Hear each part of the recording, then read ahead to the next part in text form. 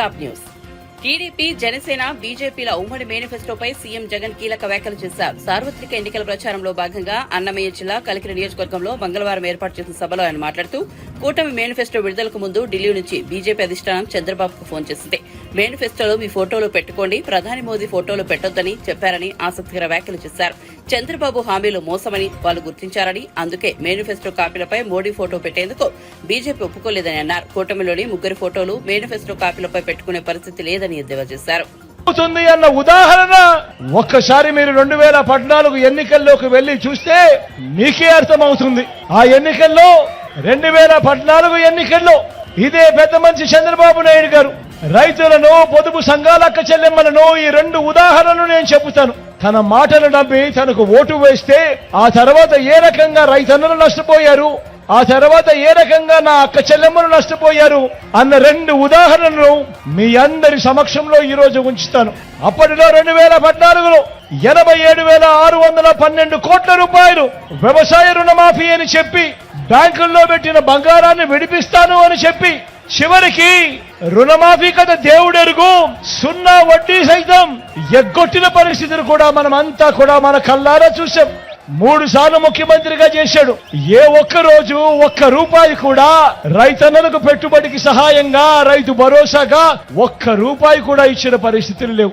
మరి ఈ రోజు ఎన్నికలు వచ్చేసరికి జగన్ చేస్తా ఉన్నాడు కదా అని చెప్పి జగన్ కన్నా ఎక్కువ నేను చేస్తాను అని తాను చెప్తా ఉన్నాడు అనంటే ఏ స్థాయికి దిగజారిపోయాడో ఈ పెద్ద మనిషి అన్నది ఒక్కసారి జ్ఞాపకం చేసుకోమని అడుగుతా ఉన్నా.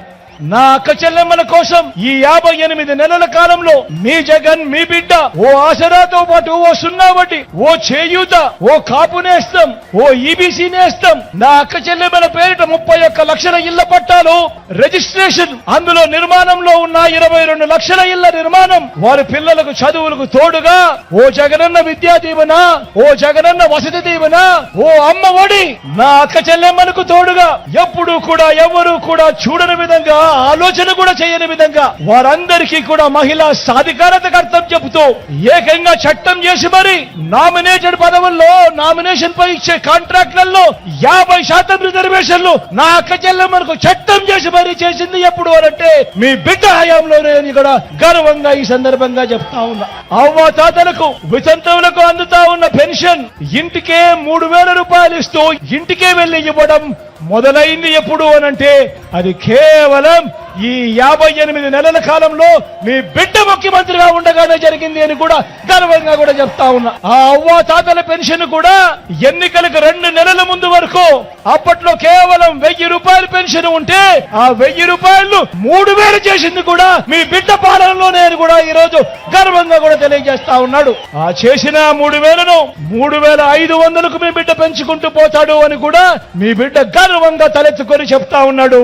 చంద్రబాబు నాయుడు గారు 14 ఏళ్లు ముఖ్యమంత్రిగా పరిపాలన చేశాడు కదా, 3 సార్లు ఆయన ముఖ్యమంత్రిగా పరిపాలన చేశాడు కదా, మరి ఏ రోజన్నా ఒక్క రోజైనా కూడా ఆ అవ్వా తాతల బాధలను, ఆ అవ్వా తాతల కష్టాలను ఈ పెద్ద మనిషి చంద్రబాబు నాయుడు ఏ రోజన్నా పట్టించుకున్నాడా అని అడుగుతా ఉన్నాను ఈ